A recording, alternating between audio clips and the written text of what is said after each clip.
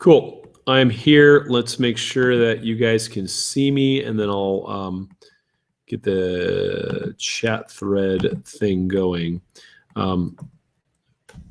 Refresh page and let me know when you see and hear me.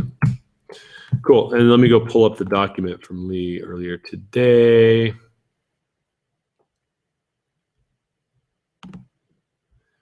Where is it?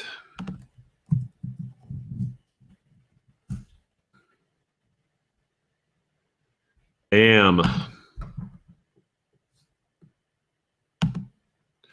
Okay, we're on chapter 6. I'm going to go over the questions. Thanks again, Lee, for doing the chapter summary, or whoever helped this week. I got this week's questions here. Let me make sure that I have life on the line here. Yes, cool. Okay, great. Nice to see you all.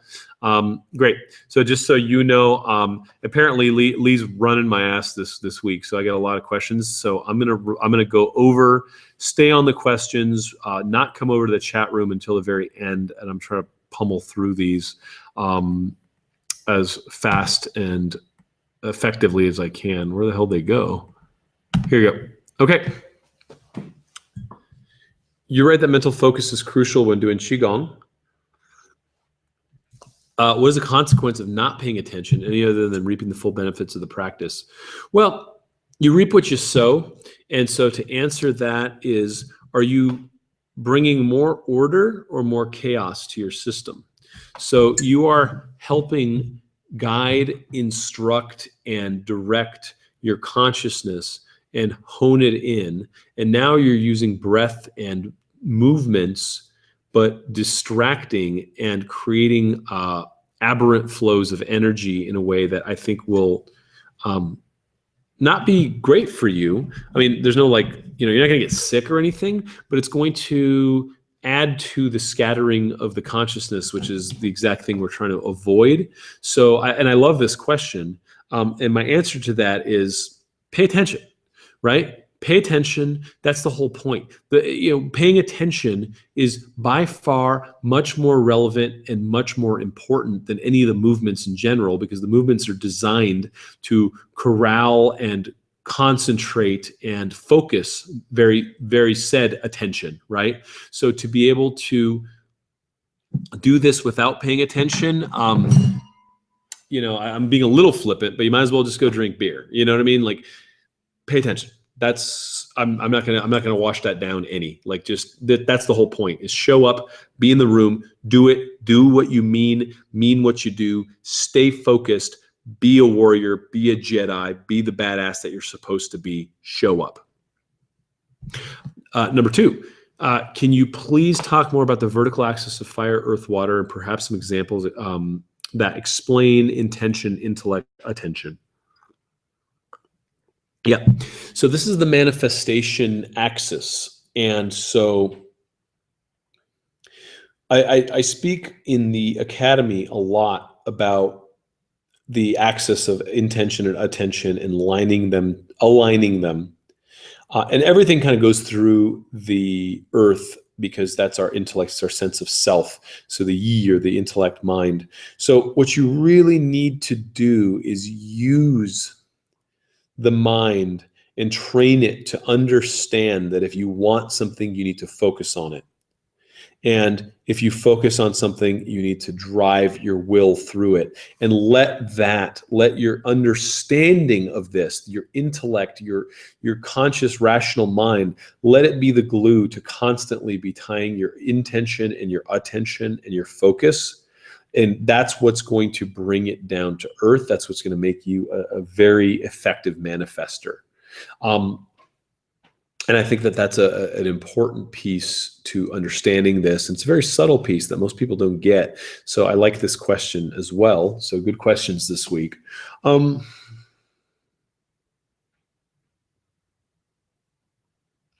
give kind of a generic example of this. Is I want to stop smoking. So I'm going to focus on doing some tapping solution every time I feel anxious to avoid smoking. And so I feel my anxiety come up.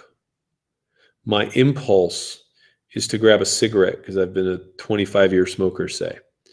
And then I need to stop and become aware of that with my intellect, and then focus my attention on the practice that I'm doing in response to that, and put my will into saying, this is going to bring down my anxiety, and this is the replacement of that every time. And so now I'm manifesting a positive behavioral change using my intellect to drive my will to a positive lifestyle hack that's going to move me in a better direction from the smoking.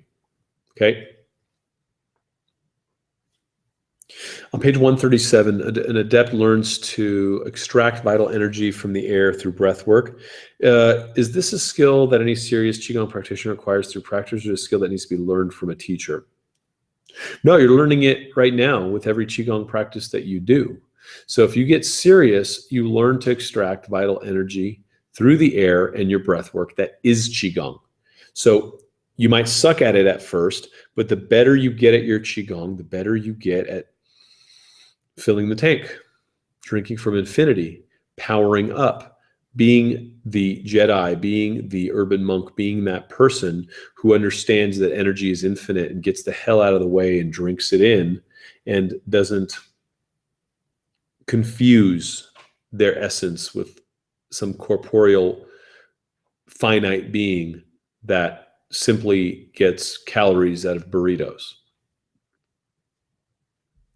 On page 139, we channel much of it, the universal energy, subconsciously to our shadow. We simply close our minds to the limitless flow of it because it would simply break our ego's definition of ourselves. We keep our foot on the brake pedal and wonder why we're exhausted all the time. How would this break our ego's definition of itself? Haven't we grown enough by this point to be ready for this? Or perhaps I'm being naive. Yeah, I don't think I've met a single individual. I've met people that were very close, but I don't think I've met a single individual that was egoless. And the parts of our self-definition that we are not okay with, the parts of our self-definition that don't fit the model of who we think we are, that immediately gets channeled into the shadow because the conscious mind cannot reconcile that information or that power with who we think we are. So it creates this distortion or this dissonance where we're constantly, there's little lightning strikes that try to chisel away and break the ego in its mold, because it's a construct, and it, by definition, define, is not infinite. And if all of it is infinite, and we're trying to make sense of this so I can count change and go to the grocery store and stand here and introduce myself as Pedram, all of those things get in the way of the infinite, but serve me so I can interact with you and type on this keyboard and stuff. So it becomes a challenge for those who take themselves seriously. And that's why, the arcanum of the tarot, number 0, is the Fool. And the Fool is at one with God, because, the less you can take yourself seriously, the less places the ego has to grab on and be like, that offends me, right? And there's a lot to be said about that, and we can continue that conversation, but I do have some stuff to get through today, so I hope that answers that.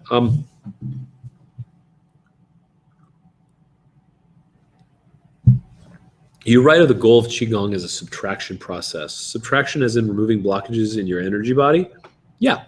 And also subtraction in the limiting and narrow beliefs and understanding of ourselves that block the flow of that energy. Subtraction of the negative memes and the mental viruses that contribute to our ego being rigid. And yeah, subtracting blockages both physiologically, psychologically, and spiritually that get in the way of the flow of our energy. On page 140, they store the majority of their repressed charge in their shadow. If it's repressed, how did we get at it? You've taken us through some examples to how it's shadow behavior before, but if someone, sorry, the font got way smaller. But if someone is truly repressed, we will not be aware of it. Do we unlock our repressed charges in the process of doing our Qigong? Is that something that will naturally occur doing Qigong? More details in a few chapters. Oh, yeah. So yes and no. So basically, the Qigong is going to bring up the volume. And if you're not aware of it, your spouse, the people in your life, and everyone else is going to be very aware of it because you're being an asshole, right? And that happens when we have elements of ourselves that are unresolved and unexamined pop up and magnify. So the Qigong will create more chaos in your life if you continue to resist and insist on running your storefront the same way. So where you find conflict, guaranteed you're going to find some repressed shadow energy that becomes an opportunity. So for me, it's like mining gold. When I find that something's pissing me off or something's really like, getting my goat, I'll stop and be like, ooh, that's interesting. I've just uncovered some coal that I'm going to turn into a diamond. What was that? What is that? How do I need to look at that? And what was the lesson in that? And sometimes it takes me a week or a month or a year or 10 years to figure it out on certain items. And sometimes my wife just turns around and is like, you're being a jerk. I'm like, wow, why am I being a jerk? And I'll dig and I'll look for it. So I think that answers that. On page 140 also, our desires for addition would and a reluctance to let go metal lead to a great deal of clinging and suffering. Wood in the diagram has anger as its emotion, whereas you say desires for addition. Do you mean both physical things, but also people's affections, for example, leading to the previous covered cycle of suffering? Yeah. Any desire is driven. Wood is also the element for desire. So as we want more things, we become frustrated, and frustration leads to anger. And as we are unable to let go of things, that's the metal element. Page 142. Our goal is to systematically balance the energies of our body from the base to the crown, and only move forward once we have done so successfully. We want to concentrate our energy in the lower dantian, then draw upon this core region for every movement. 2 questions about this. Is there anything other than Qigong stances with mental focus, meditation can help us doing so? Any acupressure points?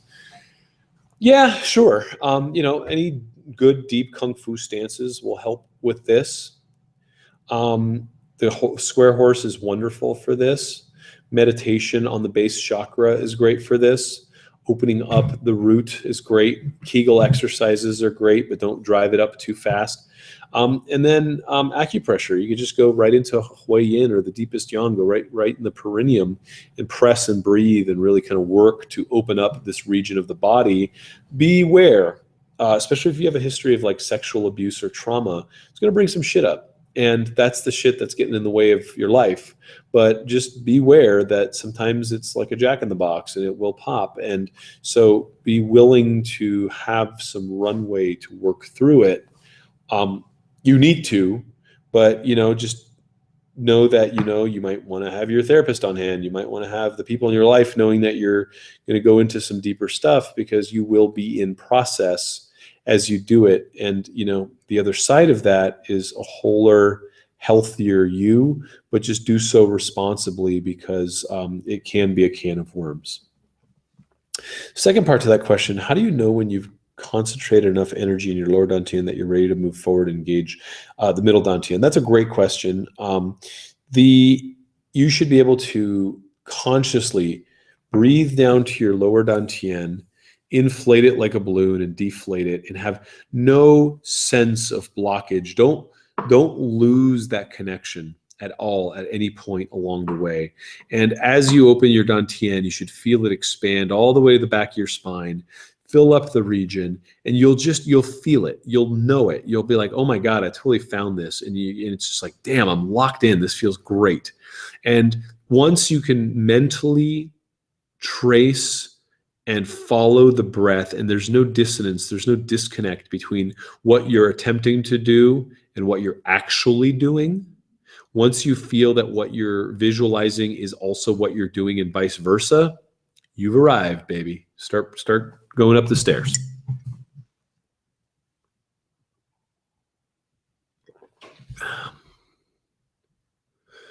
Once all three dantians are healthy and fully activated, we then get into some interesting practices that are beyond the scope of this book, but will not be kept secret. Ooh, what's this guy talking about? Sorry, I just want to make sure I still had you guys, and I did, so we're back. What sort of things are you referring to here? Do you mean various types of Qigong like Neigong and Shengong? Yes. So once you've lit up those three dantians and you have activation of all three, I'll know it. You'll know it. You'll reach out to me. You'll have the right questions. I'll know the questions because I know what's happening in you by the questions you're asking. And then we'll have that conversation. You know, I'm not trying to be all weird and ancient Chinese secret about it, but until you ask the right questions, I won't know that that process has happened for you.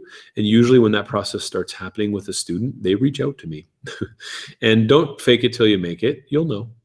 And when you have questions about things that are happening in your practice, reach out, and I'll be able to identify where you're at with that based on what your experience of that is. And then we'll talk. It'll be fun.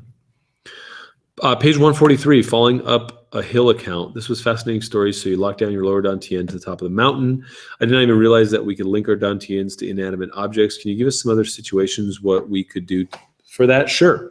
I went to Disneyland last week and locked my lower dantian in with my child, so I could feel him at all points, because I was, running around. I also had my staff there, and I also had some other stuff going on, and so I could feel where my child was at all times. I always lock in my lower dantian with my wife. Makes for great sex. It also makes for deeper connection, and it also keeps us, feeling each other. If I know when she's having a rough day, I know when things are happening, and so play with that. Play with that. Play with what that can do for you, and experiment. Page 146. Neigong leads to the formation of the light body. 2 questions about this. What do you mean formation? Clearing all blockages? I'm a bit confused, as my understanding was that the light body is the same as the energy body and that we already have one. Yeah, that's a great question, because I probably should have worded that a little differently in the book. Hindsight's 2020, and this was 2008. But it's more the ignition of the light body, because we have a light body, but it's like flicker, flicker, flicker, different colors, a little weird, not flowing well. And then once you do the Neigong, it's like bing, and then it's like, whoa, dude's turned on, right? And so that is a huge piece of that. It's a huge component to knowing when someone is there and kind of self-realized and awake and all that. So I think if I were to do a second edition of Rise and Shine, that I would change the word formation to ignition, and that should answer that question better. Does that mean Qigong alone would not suffice to the formation of the light body? Well, Qigong is a form of Neigong, but Qigong will help ignite the light body. It'll help clear the energy body and move you in the direction of the ignition of the light body. And then when you get better at the Qigong, you move into Neigong and you turn it on. You power it. You juice it. Yeah, I mean, I didn't say this stuff was easy, but I said it's the coolest thing I've ever found, right? Page 146, under Shengong, what's psionic warfare? There's a lot of stuff like that happening. I did a lot of remote viewing with ex-military guys. The practice of psychic powers, paranormal communication. So, okay, so Lee put in the thing there. But yeah, I mean, once you start doing Shengong, like I could walk into a room, and there's usually, when I go to like these big conferences, there's usually about 1 to 3 vampires in these conferences that are dark, that are succubuses. And so I can identify who's there draining chi and kind of being dark.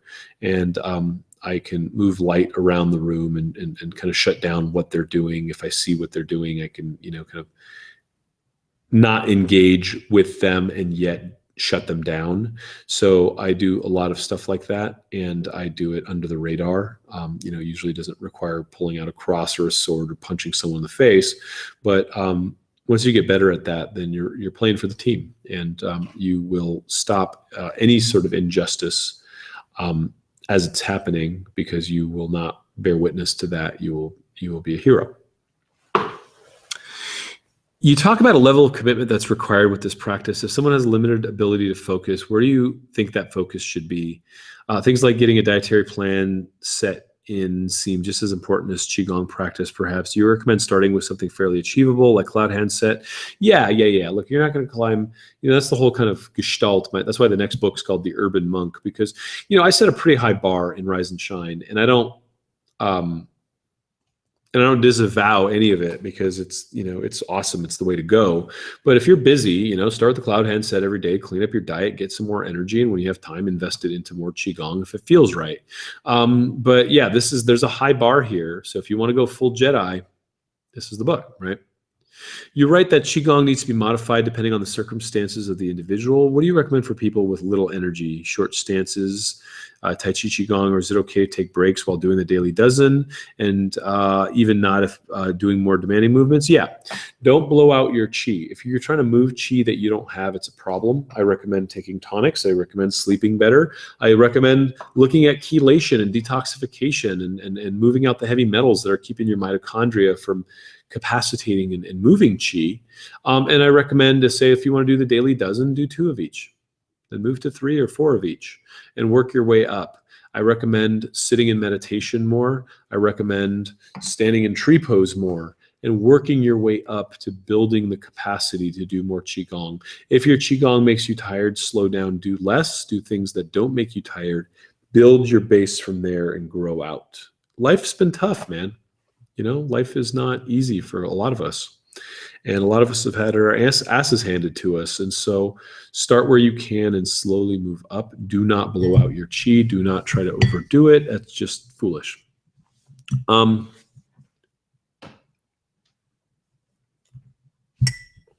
Stances develop the lower Dantian and strengthen the Wei Qi. What is Wei? Wei Qi is the defensive Qi.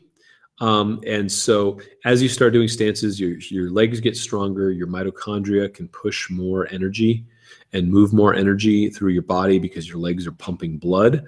And that effectively is, the Chinese term is kind of the defensive external Qi. But, really, if you look at it in terms of immune function, if your mitochondria are able to get juiced up and produce more energy throughout your system, then energy is more available. You get more cash budget to go to your immune system, which will help you offset disease better, right? So the stances are very good for that. I'd love to hear your opinion on the subject of the importance of the balance between energetic and physical bodies. Many months ago, I started seeing an osteopath who's very much into energy work. He advised me not to do any Qigong until my physical body was strong enough. He also said it was like my physical body didn't belong to me. I didn't inhabit it. He said that when the energetic body is stronger than the physical body, it creates an imbalance that can be dangerous. I could never get a clear answer as to what the risk would be. What do you think of this? It's an interesting position. I agree with it to a certain degree. And I feel that a lot of people just have a lack of energy, just kind of what I just spoke to in the last couple, that, your physical body might have too much tin, you might have too much aluminum, you might have too much mercury, or, certain physiological issues that prohibit us from being able to draw energy, which makes it very hard to do some of this work. I would be a little bit more middle of the road with this and say, start doing detoxification and then lying there doing, circular breathing until you could feel like you can move more Qi, or meditate more and do things that are less demanding of like the movement of Qi and more kind of like the settling in your lower Dantian, and build up. But detox, change your diet, eat more leafy green vegetables, get more minerals in, and move your body and your energy up simultaneously. I found that is a much more effective way of doing things. And to a point that I spoke of actually in a summit interview today, is one of the things that I find incredibly distant in the West, and things that I think need to be spoken about a little more, is there's just no consciousness in our exercise routines. So a lot of people do unconscious exercise and then try to do Qigong or yoga. And what I would say is take your Qigong to your workout, take your Qigong to the spoon that's putting the food in your mouth, and really turn everything you're doing into a mindfulness and the movement of energy. And when you understand that everything is Qigong, then it kind of collapses and invalidates some of the assumptions that I think he's making there. And I don't think he's wrong. I think he's saying it in order to benefit you, because there might have been like a dissonance and kind of a delta between where you're at and where you wanted to be energetically. But if you start bringing mindfulness to what you do, you're not blowing out your circuits. You're bringing attention, qi, shen, and focus in, and really bringing your soul and your spirit to the party. And I think that's much more of the missing ingredient in that equation. Look at that. I got it all done. I'm going to run over. We just got a couple minutes and see just any kind of closing thoughts from you guys in the chat room. And I'm going to sip my tea because my voice is starting to strain.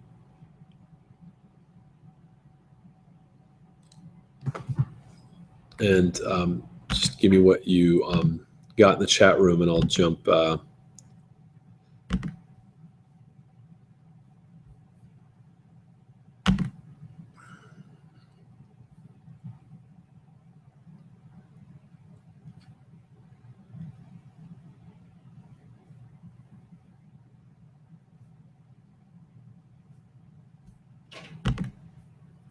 Sorry, I lost you guys. Where are you? Okay, cool. All right. I know there's a delay in the chat room. I've only got a couple minutes left. I'll just hang out for a second. I'm going to make sure I don't miss you guys. Let's say bye. By the way, in the interim here, while I'm waiting, we are going to. Like I said, I'm opening up the Urban Monk Academy to new friends, so please be welcoming of them. And also, we're going to be doing our next movie on Conscious Capital. And if any of you are passionate about that, email me, find me. I'm looking for kind of like a core group of about 100 of our advocates to help us kind of draw awareness to this. We're doing a crowdfunding campaign. We're working with a bunch of different people and bringing in the biggest names in the business. And so like my core group will be much more involved in the making of this movie and work with me in things that are valuable and relevant and important. So, you guys are my inner circle. I want to kind of invite you in first. So let me know if that's the case. Email me, pedram@well.org, and just say, yes, I'd love to be involved in the Conscious Capital movie. And then we'll put you on that list, and we'll kind of go from there. Okay. So thank you, Carlene. Thank you all for being here. Hope you all enjoyed it. Great questions, by the way. So I don't know I don't actually see whose questions they are, because it's like a compilation, but keep up the good work. I'm going home to my family. Enjoy your evening. And again, remember, no call next week because I'm in New York. And then the week after I'm back and I'm home for the rest of the summer. So we'll get plenty of quality time to hang out. Thank you. And I will see you in a couple weeks.